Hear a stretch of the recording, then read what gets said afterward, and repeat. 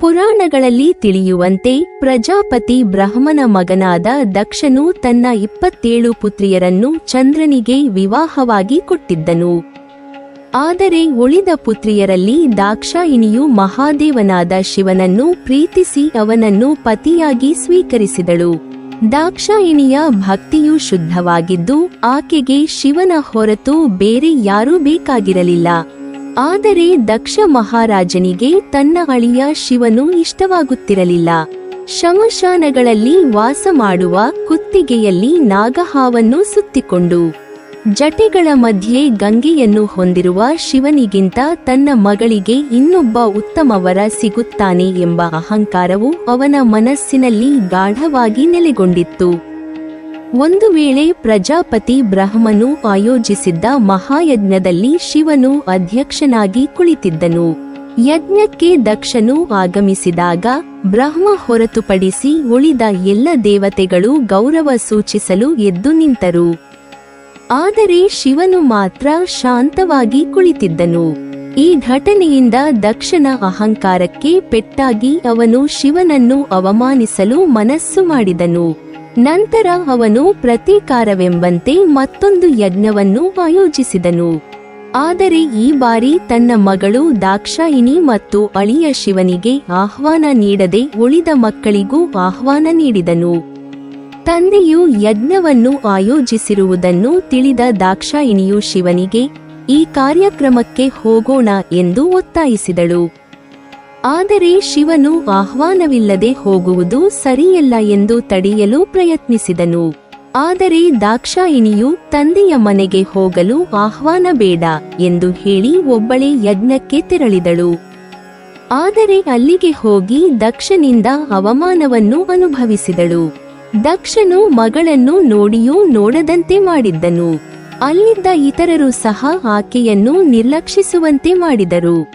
ಜೊತೆಗೆ ಶಿವನನ್ನು ಅವಮಾನಿಸುವ ಕ್ರಿಯೆಗಳನ್ನು ಯಜ್ಞದಲ್ಲಿ ಮುಂದುವರೆಸಿದನು.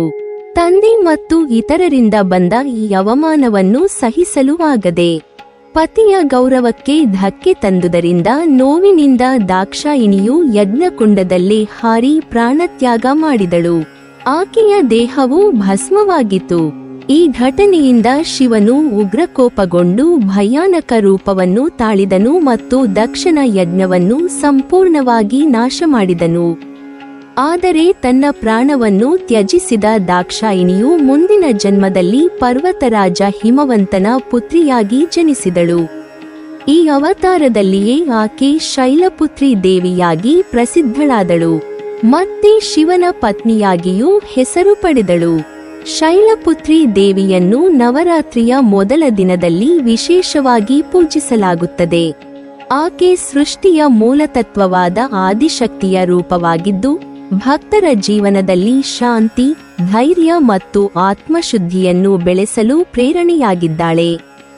ಪರ್ವತರಾಜ ಹಿಮವಂತನ ಪುತ್ರಿಯಾದ ಶೈಲಪುತ್ರಿಯು ಗೋಳಿಯ ಮೇಲೆ ಸವಾರಿ ಮಾಡುತ್ತಿದ್ದ ಕಾರಣ ವೃಷರುಧ ಎಂದು ಕರೆಯಲ್ಪಡುತ್ತಾಳೆ. ಆಕೆಯ ತಲೆಯ ಮೇಲೆ ಮನೋಕಾರಕನಾದ ಚಂದ್ರನನ್ನು ಧರಿಸಿರುವುದು ಮನಸ್ಸಿನ ಶಾಂತಿಯನ್ನು, ತಣ್ಣನೆಯ ನಡವಳಿಕೆಯನ್ನು ಹಾಗೂ ಸಮತೋಲನವನ್ನು ಪ್ರತಿನಿಧಿಸುತ್ತದೆ. ತಮೋಗುಣದ ಸಂಕೇತವಾದ ತ್ರಿಶೂಲವನ್ನು ತನ್ನ ಬಲಗೈಯಲ್ಲಿ ಹಿಡಿದಿರುವುದು ದುಷ್ಟತನವನ್ನು ನಾಶ ಮಾಡುವ ಶಕ್ತಿಯ ಸಂಕೇತವಾಗಿದೆ. ಶೈಲಪುತ್ರಿಯು ಶ್ವೇತವಸ್ತ್ರವನ್ನು ಧರಿಸಿರುವುದು ಆಕೆಯ ಶುದ್ಧತೆಯ ಸಂಕೇತವಾಗಿದ್ದು ಮಲ್ಲಿಗೆ ಹೂವಿನ ಮೇಲೆ ಇರುವ ಆಕೆಯ ಪ್ರೀತಿ, ಪವಿತ್ರತೆ, ಪರಿಮಳ ಮತ್ತು ನೆಮ್ಮದಿಯ ಪ್ರತೀಕವಾಗಿದೆ.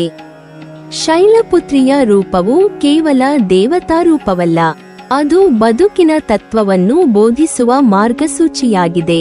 ಶ್ವೇತವಸ್ತ್ರದಲ್ಲಿರುವ ಆಕೆ ನಮಗೆ ಶಾಂತಿಯುತ ಜೀವನದ ಅಗತ್ಯವನ್ನು ನೆನಪಿಸುತ್ತದೆ.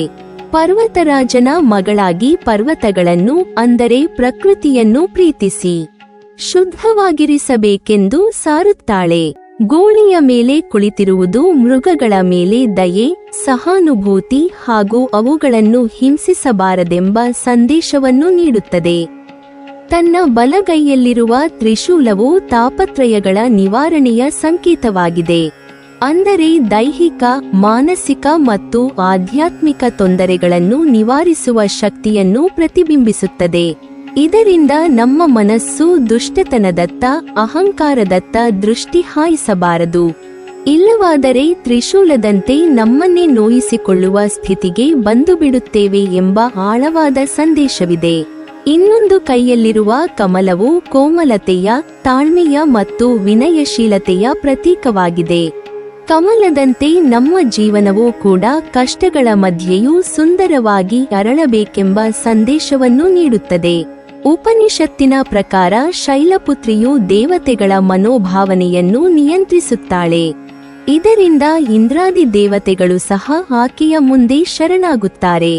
ಶೈಲಪುತ್ರಿಯು ಸಹನೆಯ ಪ್ರತೀಕಳಾಗಿದ್ದು, ಆಕೆಯ ತತ್ವವನ್ನು ಅರಿತುಕೊಳ್ಳುವ ಭಕ್ತರು ತಮ್ಮ ಜೀವನದಲ್ಲಿ ಸಹನೆ, ತಾಳ್ಮೆ ಮತ್ತು ಶಾಂತಿಯನ್ನು ಬೆಳೆಸಿಕೊಳ್ಳುತ್ತಾರೆ. ಆಕೆ ಮೂಲಾಧಾರ ಚಕ್ರದಲ್ಲಿ ಯೋಗಿನಿಯಾಗಿ ನೆಲೆಗೊಂಡಿದ್ದಾಳೆ. ಮೂಲಾಧಾರ ಚಕ್ರವು ಬೆನ್ನುಹುರಿಯ ಕೆಳಭಾಗದಲ್ಲಿದ್ದು ಸುಪ್ತ ಚೈತನ್ಯದ ಮೂಲಬಿಂದುವಾಗಿರುವುದರಿಂದ ಕುಂಡಲಿನಿ ಶಕ್ತಿಯ ಜಾಗೃತಿಗೆ ಪ್ರಾರಂಭ ಬಿಂದುವಾಗಿದೆ. ಈ ಶಕ್ತಿ ಜಾಗೃತಿಯಾದಾಗ ವ್ಯಕ್ತಿ ಆಧ್ಯಾತ್ಮಿಕವಾಗಿ ಬೆಳೆಯಲು ಆರಂಭಿಸುತ್ತಾನೆ ಎಂದು ಯೋಗಶಾಸ್ತ್ರಗಳು ಹೇಳುತ್ತವೆ. ನವರಾತ್ರಿಯ ಮೊದಲ ದಿನ ಶೈಲಪುತ್ರಿ ದೇವಿಯ ಆರಾಧನೆಗೆ ಅತ್ಯಂತ ಮಹತ್ವವನ್ನು ನೀಡಲಾಗಿದೆ. ಈ ದಿನವು ಕೇವಲ ಧಾರ್ಮಿಕ ಆಚರಣೆಗಳ ದಿನವಲ್ಲ, ಆಧ್ಯಾತ್ಮಿಕವಾಗಿ ಬದುಕನ್ನು ಶುದ್ಧೀಕರಿಸುವ ಒಂದು ಹೊಸ ಪ್ರಾರಂಭವಾಗಿದೆ.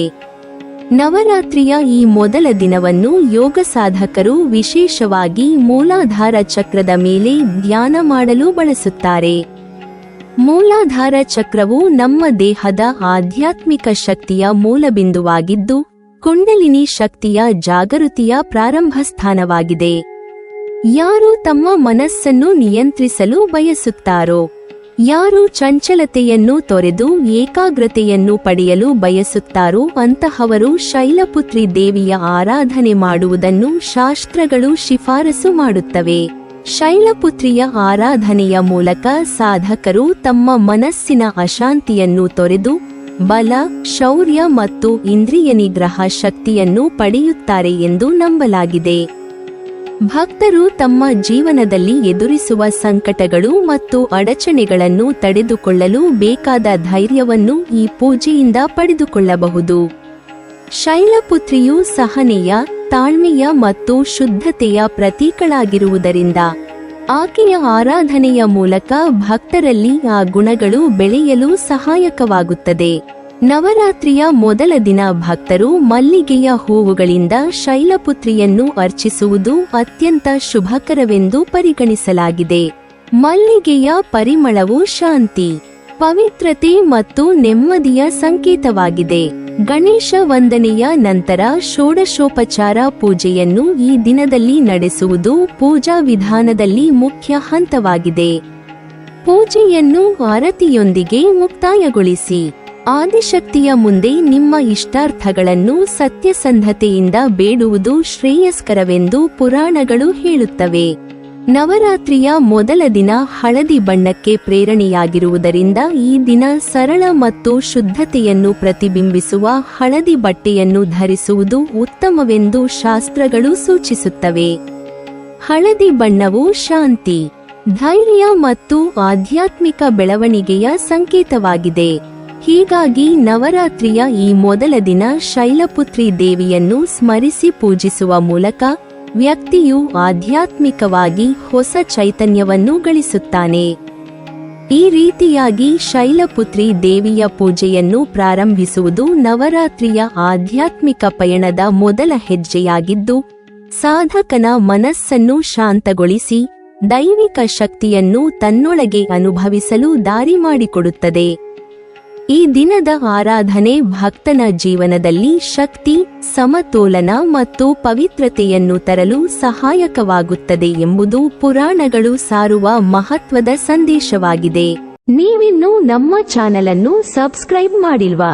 ಹಾಗಾದರೆ ಈ ಕೂಡಲೇ ನಮ್ಮ ಇಂದ್ರಜಾಲ ಚಾನೆಲ್ ಅನ್ನು ಸಬ್ಸ್ಕ್ರೈಬ್ ಮಾಡಿ ಮತ್ತು ಪಕ್ಕದಲ್ಲಿರುವ ಬೆಲ್ ಐಕಾನ್ ಅನ್ನು ಕ್ಲಿಕ್ ಮಾಡಿದರೆ ನಮ್ಮ ಹೊಸ ವಿಡಿಯೋಗಳನ್ನು ನೀವು ನೋಡಬಹುದು.